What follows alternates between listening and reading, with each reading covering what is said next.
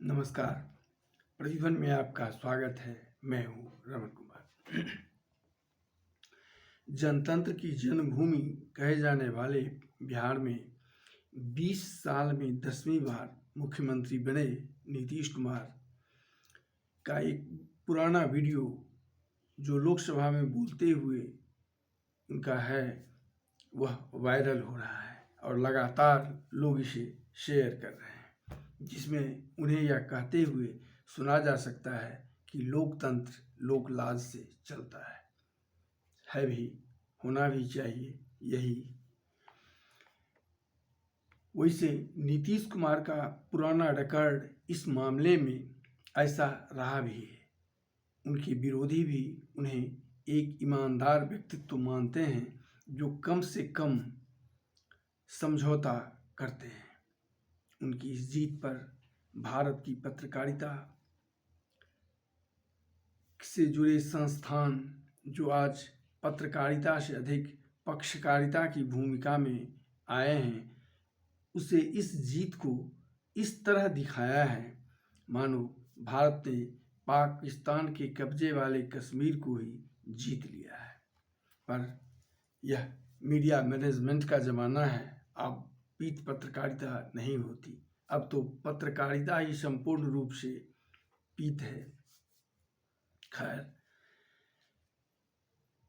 तो 2 वर्ष पूर्व, इस चुनाव से 2 वर्ष पूर्व प्रमुख चुनावी रणनीतिकार प्रशांत किशोर ने अपने अभियानों से इस चुनाव को, जो पिछले कई दशकों से बिहार का चुनाव 2 ध्रुवीय आमने सामने का रहता था, में स्वयं द्वारा स्थापित एक दल के माध्यम से तीसरा ध्रुव बनने या अपने दल को बनाने का प्रयास किया।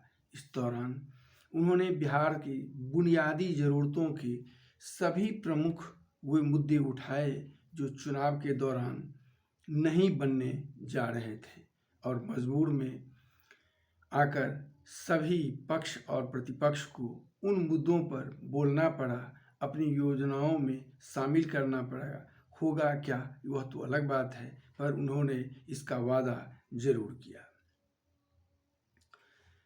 इसी दौरान प्रशांत किशोर ने ही नीतीश कुमार के मंत्रिमंडल के कुछ प्रमुख सहयोगियों पर सबूत के साथ कई आरोप लगाए, जिनमें हत्या के आरोप से लेकर घोटाले और आय से अधिक संपत्ति जैसे कई मामले शामिल थे।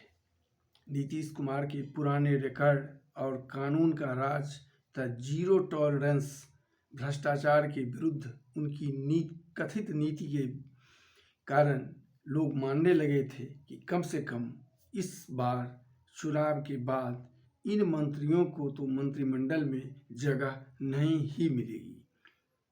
14 नवंबर को परिणाम आया, सारे लोग विजेता बने थे, उन्हें टिकट भी दे ही दिया गया था, वो विजेता बने।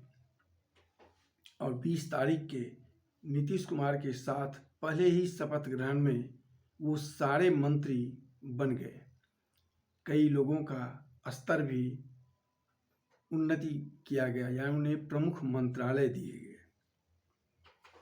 मानो वे कह रहे हों कि मुझे जो करना होगा करूँगा, कोई क्या कर लेगा, खिजाने के इस अंदाज में। इसके अतिरिक्त उनके मंत्रिमंडल के सहयोगियों में 8 ऐसे मंत्री भी शामिल हैं जिनके परिवार के सदस्य पहले से राजनीति में हैं, यानी वंशवादी की परंपरा में वो सारे मंत्री शामिल हैं। ऐसे मंत्रियों में एक ऐसे भी मंत्री हैं जो किसी भी सदन के सदस्य नहीं हैं, लेकिन उनके पिता का दल है तो बेटा मंत्री तो बनना ही था, माँ विधायक थी, बन गए। दल में शामिल प्रमुख जदयू, जो स्वयं को समाजवादी धारा का दल कहता है, और समाजवादियों का वर्षों से एक पुराना नारा रहा है जिसे बार बार दशकों तक लगाया जाता रहा कि ताज बदल दो, तख्त बदल दो, वंशवाद का राज बदल दो। वहीं प्रमुख दल जो इस सरकार में शामिल है, दूसरा भारतीय जनता पार्टी जो स्वयं को राष्ट्रवादी दल कहता है और लगातार कांग्रेस पर इसलिए हमलावर होता रहता है कि वहाँ वंशवादी परंपरा चलती है और उस वंशवाद पर लगातार चोट किया जाता रहा है। लेकिन इन 8 मंत्री जो वंशानुगत परंपरा से ही आज मंत्री हैं, क्या यह वंशवाद नहीं? क्या यह नई तरह का नया वंशवाद नहीं? या भारतीय राजनीति वंशवाद के ही चंगुल में, वंशवाद के विरुद्ध लड़ने वालों के द्वारा ही नहीं जा रहा है? शायद ही इसका कोई जवाब मिले। एक अन्य रोचक तथ्य जो इस विधानसभा के माननीय सदस्यों के संबंध में है, एक संस्था ने माननीय इन सदस्यों को चुनाव से पूर्व दाखिल इनके शपथ पत्र के आधार पर अध्ययन कर निकाला कि इस सदन के 53% विधायकों पर आपराधिक मामले चल रहे हैं। यदि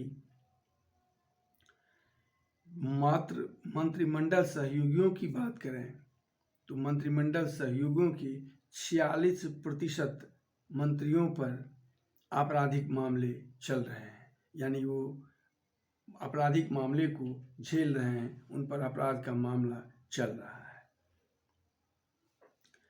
अब ऐसे में स्वयं नीतीश कुमार का वह कथन कि लोकतंत्र लोकलाज से चलता है, तो लोकलाज होता क्या है?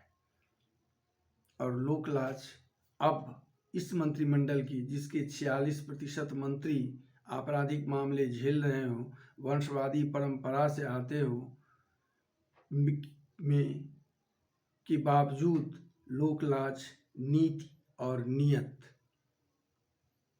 के संबंध में क्या नहीं समझा जा सकता? पर आखिर यह कब तक?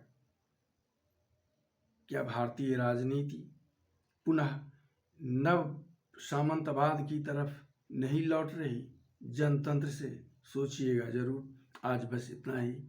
चैनल अच्छा लगे तो इसे सब्सक्राइब, लाइक और अपनी प्रतिक्रिया देने का कष्ट करेंगे। नमस्कार, धन्यवाद। मिलते हैं फिर अगले अंक।